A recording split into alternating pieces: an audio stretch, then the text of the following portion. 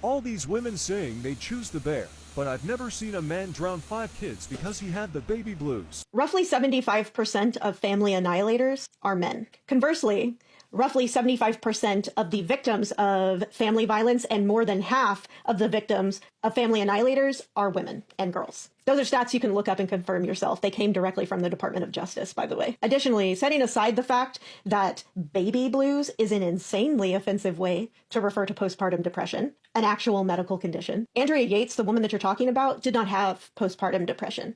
She had postpartum psychosis, a much more serious diagnosis and condition than even postpartum depression, which is already a very serious diagnosis and medical condition. Andrea Yates was a victim. She was a victim of her husband. She was a victim of the fundamentalist religion that she was stuck in. And she was a victim of our society and how we treated her. Did you know that Andrea Yates attempted to remove herself from this mortal coil at least 4 times in between her last 2 pregnancies? Did you know that she had at least 2 different psychiatric stays in between her last 2 pregnancies? Did you know that she was taking Haldol, an incredibly strong antipsychotic medicine, which she was forced to go off of after her husband forced her to get pregnant again against the direct medical advice of not 1, but 2 different doctors? Rusty Yates, her husband, was told that Andrea could not be left alone. She couldn't be left alone by herself, and she certainly couldn't be left alone with the children because it was unsafe. The day before she drowned her children, she had filled up the tub, and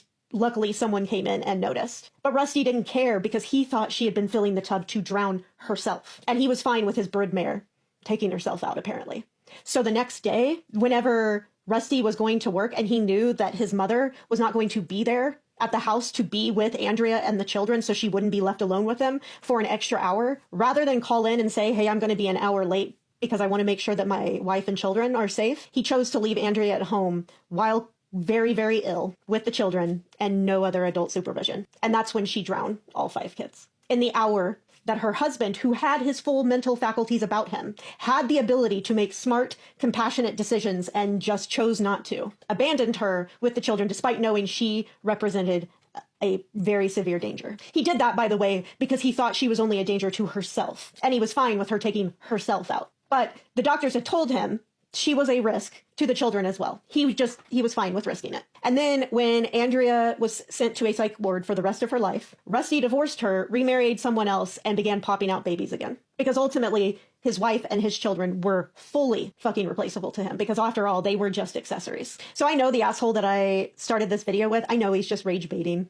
I know it's just a function of him not being smart or interesting or talented enough to make his own authentic content, so he has to rage bait. But his rage bait is also very much a reflection of where we are as a society and the way that many men are back to viewing women. So this is where we're at as a society. Oh, and one other fun stat, more than 70% of family annihilators are not just men. 71% of family annihilators are white men. So just, wanted to share that with the class.